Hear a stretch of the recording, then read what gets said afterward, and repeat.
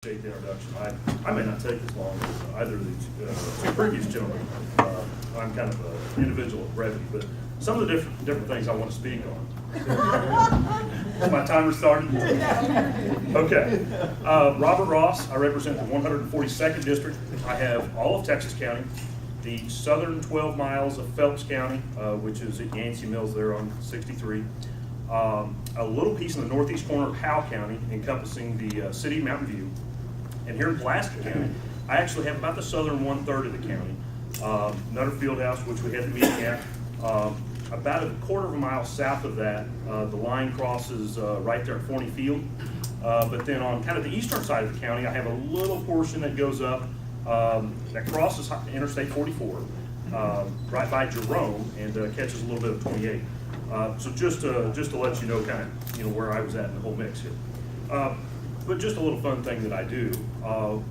If you're a constituent of mine, could you please raise your hand? I should have said besides club. But anyway, very good. Definitely appreciate you coming out here, and that's one of the things. For the area of Pulaski County that I serve, I work together with Representative Lynch.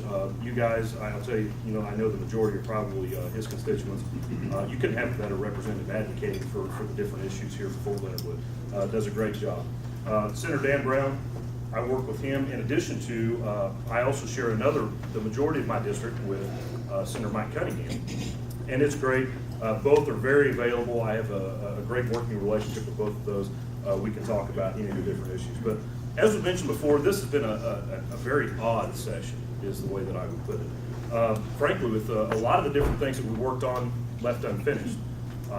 With everything that went on, as was mentioned, with the auditor, and then the final week of session, and the shutdown, essentially, of the Senate.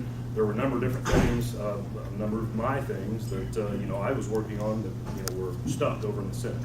Just weren't able to move. But some of the different things that I worked on, some of the things that didn't get done, I'm going to talk about a number of different things. One of which is what's called the Constitution Project.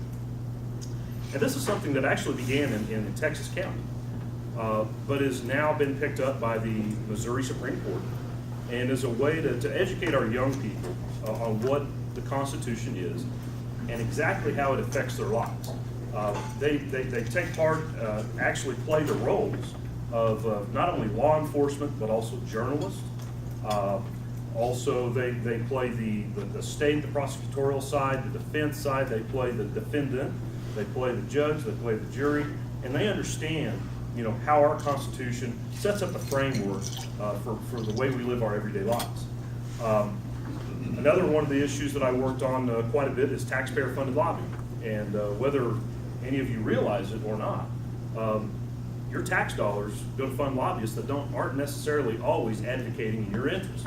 Every state agency has one, sometimes two, different lobbyists, and frankly, I find it offensive because they run around basically advocating. I've yet to hear one argue for, well, we can do without this program or these individuals, or we can have, we'd be great with less of your tax dollars this year.